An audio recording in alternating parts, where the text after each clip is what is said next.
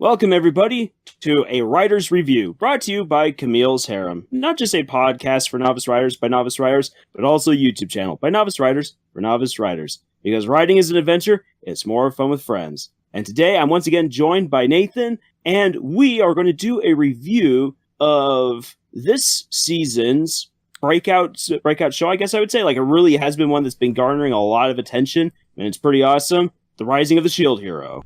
Specifically, what we want to do with this review is we want to bear down on some of the things that we think that this show does really well, especially for an isekai story. But we also kind of want to talk about some things that were like, it could be better here. It's not a perfect show, and we should be able to talk about that. It's not just it's either all terrible or all awesome. Like there is a middle ground here. Yeah. And we will represent that middle ground. Yeah, the good, the bad, and the pretty good, I guess. Yeah, because overall it is pretty good. And if you haven't been watching it and you're looking, and you should. This is a very well thought out series. It is pretty, it is engaging. It is highly entertaining. And there is a lot going on to really make you think. So Nathan, what's one of the things that you really like or really appreciate about the Rising of the Shield Hero? One thing that I particularly really appreciate about Rising of the Shield Hero is the way they use the genre of isekai. And one way that they use this isekai is giving Nafumi this feeling of like a fish out of water.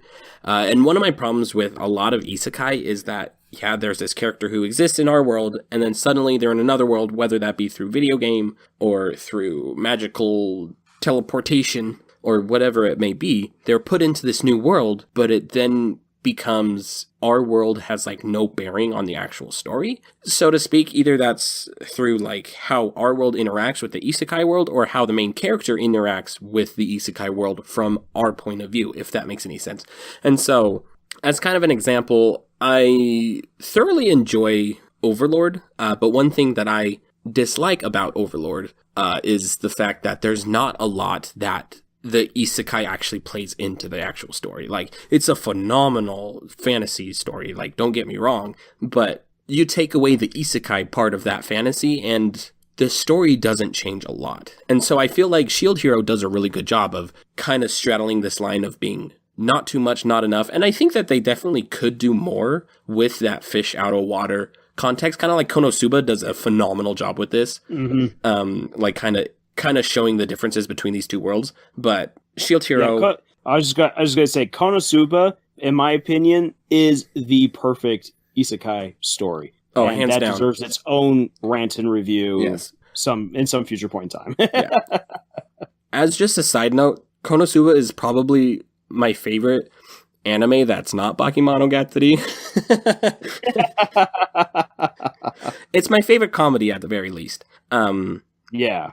But that's all besides the point. What is one of your favorite things about it? So I just want to quickly add on to what you said, like the whole fish out of water bit. I especially love the point where like it's used against Nafumi that he has Raftalia as a slave. And the other hero's like, how dare you have a slave? Slavery is bad where we come from. And then he's just like, well, that's your opinion. And it's obvious that he has the same opinion, especially if you're like paying attention to episode 1. He doesn't like slavery because, like any good modern age enlightened person, we understand just how terrible the practice of slavery is. But he's been backed into a corner where going the route of having a slave warrior on his side is basically the only way he's going to level up and do what he needs to do as the hero. Yeah. And so when the other characters like berate him and everything, and they are using their status as people from a modern enlightened Earth to deride and belittle the Shield Hero. And the Shield Hero then has to knuckle on down in a very weird and awkward way and say, well, this is the hand I've been dealt and I'm going to do what I can with it. And that further emphasizes his whole fish out of water status, because this isn't how he would normally act. Yeah. But so you asked me, Nate, what's though something that I myself like really enjoy from the show? And I'm going to say this: it's that the shield is actually used as a proper device for both defensive and offensive combat. We were talking about this earlier, and I said I do understand that there is some cultural baggage when it comes to shields, especially for the Japanese, because historically speaking, it's not like the samurai were walking around with round shields, kite shields, or tower shields. If any kind of shield was used, it was most likely used by conscripts and not by the warrior class, as opposed to us who are from European background, where our European ancestry used shields a lot. And shields were a huge part of whatever kind of combat was being done. We look at the shield as an integral part of medieval armor, which the Rising of the Shield Hero takes place in a medieval Western setting, which at first is like super infuriating. Like, why do these people hate a guy who has a magical shield? I would love to have a magical shield myself. But it's once again, it's all part of the story, whether you like it or not. But what I really enjoy, though, is that Naofumi uses his shield in a variety of amazing ways. He really uses all of the shield's different magical abilities. He even uses the shield a couple of times to like punch people in the face, which I'm like, yes, that is how you use a shield. And it is in episode 3 where you get to see the first wave of chaos engulf the land. And he and Raftalia have to fight a horde of zombies and different monsters. That is one of the best action sequences I have seen in anime for a long time, where the two of them just trade off as they're cutting through this horde of zombies. He is defending and punching with his shield, and she is spinning in and out of his defenses, hacking and slashing and stabbing, and then ducking back behind his shield as he then uses his shield for both defensive and offensive purposes. I'm like, that is how a shield should be used, and I love it. And I appreciate that an anime finally uses, like, I mean, I know it's all part of how the story's written, but I really appreciate that there is an anime that actually decided to pick up on this and show that a shield is just as useful as any other weapon or device. Yeah. And I think that that How to Train Your Dragon said this the best, that if you had a choice between a weapon and a shield, go with the shield. Because that way, at the very least, you're going to be able to keep yourself safe. You may not necessarily be able to do a lot of damage to the opponent, but at least you'll survive. Like, you're much more likely to survive if you have a defense than if all you have is offense. Yeah. But then again, you know, How to Train Your Dragon, a Western story, Rising of the Shield Hero, Eastern story. So there's definitely some cultural differences there. But and I think that's something that's important that we need to acknowledge, especially when it comes to anime, because there's a lot of people from Western audiences who have a hard time understanding anime, and that's something that we've seen, especially with Alita Battle Angel coming on out. People are looking forward to Detective Pikachu, and I hear it a whole lot out there on YouTube and from others that I talk to in person. They're just like, it's not that, they will basically say it's not American. I don't understand it. Yeah. And so please do at least a little bit of research, or just a little bit of trying to get yourself introduced to some of these stories, like what kind of culture wrote them, because it's one of the things that makes it so fascinating, is to see how other cultures write stories. But that's also that's another rant for another time. Yes, very much so.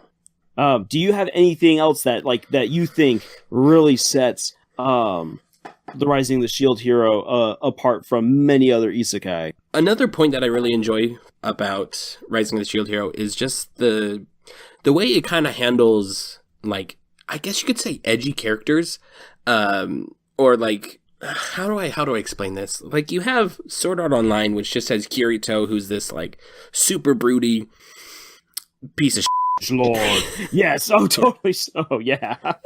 And then on the other hand, you have Naofumi, who, it makes sense that he's so broody and he's so like down in the dumps. And we talked about this earlier before we started recording, but like his kind of rise out of that slump comes a little too fast for our taste.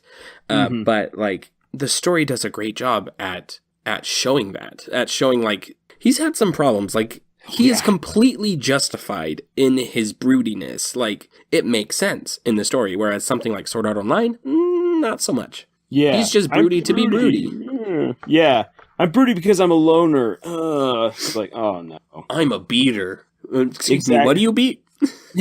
Eggs? Your please meat. go ahead and eat my eggs. Yeah. Tenderize it for me, please. Tenderize your meat. Yeah, and it's something I want to touch on as well. Like it's I mean, there's the whole controversy wrapped up around the very first episode and whatnot, but it does a great job of setting the stage for why the Shield hero is looked down on. And one of the things I do like that's super consistent up until this point is that a lot of people who now look to him as a hero, most of them don't even identify him with the hated Shield hero. They call him like the savior of like the special bird or whatever. The sacred bird, or I can't remember. Exactly, the savior of the sacred bird. And it's just like and there's two different points where he hints that he's the Shield hero to people, and they're like in shock. Yeah. They're like, there's no way that you can be the same person as that Shield hero who is the scum of the earth.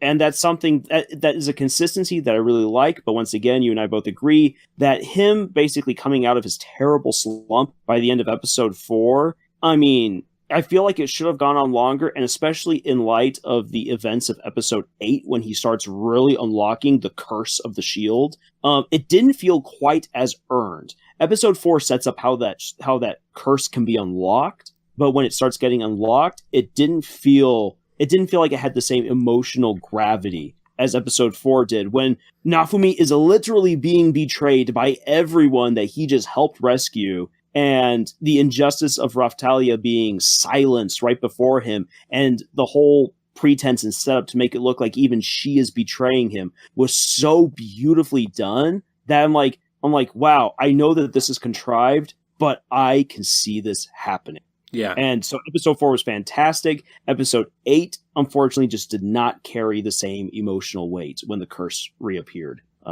So it's like, that's, once again, it's both a compliment towards the series, but a criticism towards how the storytelling has evolved. Yeah. And I think it's kind of hard to say at this point, since we're only 8 episodes in and there's a lot of story left to tell. I know my roommate... 8 episodes as of this recording. Yeah, 8 episodes as of this recording, I should say. Yeah. Yeah. I know my roommate has read most of the novels at this point, and he thoroughly enjoys the writing. And so I'm really looking forward to how the story continues at this point, especially since I have a feeling that there's going to be a lot more kind of coming up that he's going to have to sift through. Mm-hmm. And so I look forward to that. I really enjoy how the Rising of the Shield hero takes the dark fantasy genre and makes it fun. One of the things that's really easy to do with dark fantasy is to either turn it into essentially a variation of erotica like Game of Thrones, or maybe even on the verge of torture porn, as you kind of get from time to time in Overlord. But with so far with Rising of the Shield hero, it instead is delivering a very good, gritty story of a guy who must rise to be a hero despite the fact that everything is set against him. And in a way that is more heroic than him saving people. What's heroic is that he is willing to still do the right thing, even though he is not appreciated for it. Yeah. And that is something that I feel really makes the show resonate, at least with me as a viewer, than if it were just edgy, Dark Lord, crazy coolness like so many other isekai are. Yeah. And so yeah, that's my final thought on it. Yeah. Well, wonderful. If you liked this, leave us a like and a comment. Also, head on over to our podcast, where we have a ton of excellent discussions on all sorts of writing topics, as well as a ton of terrible fanfics that we've read for your listening pleasure. So go over there and check us out, because it's a hoot and a holler, and we love doing it. Head on over to our subreddit, where we have all sorts of discussions you can take part in. If you are at all interested in novice writing, please join us. We know how hard it is to not have a writing group, and so we created Camille's Harem as a novice writing community. So please join us in that community, and we're here to help. Exactly. So please do not hesitate at all to reach out to us if you want any kind of writing advice or motivation to write your own stories. Please comment in the comment section or reach out to us at our subreddit. Also, feel free to tweet at us at Camille's Harem. We'd love to communicate with you that way as well. And maybe if you don't feel quite so much like reaching out to us directly, go on over to our Pinterest page. Camille has done a whole lot of work to gather some really great writing advice and writing exercises that will really help you out if you feel stumped or if you want to improve your technique in any kind of way. She has done a phenomenal job of collecting a whole bunch of great advice. So our Pinterest page, the link to it is down in the description box, as well as a link to our own Tumblr and other stories that we have. Why? Well, you know what? Sometimes looking at art or looking at other people's stories gives you kind of that inspiration to move on. And we also like to catalog our own journey as novice writers. And that might be something that once again gives you inspiration or at least gives you a good laugh looking at some of the stuff. Because that's also another thing. Like in the journey of disappointments, sometimes with writing, you gotta just laugh. And that's something that we, like, as you've heard with us, we've been laughing, especially when you go on over to our podcast and you check us on out there. We're always laughing. And that's the way it should be when you're writing. So come and laugh with us. Writing's an adventure, and it's more fun with friends. And exactly. You, dear listeners, are our friends. Yes, you are. And with that being said, we hope to see you either reaching out to us, or we will see you in the next video. And until then, choose.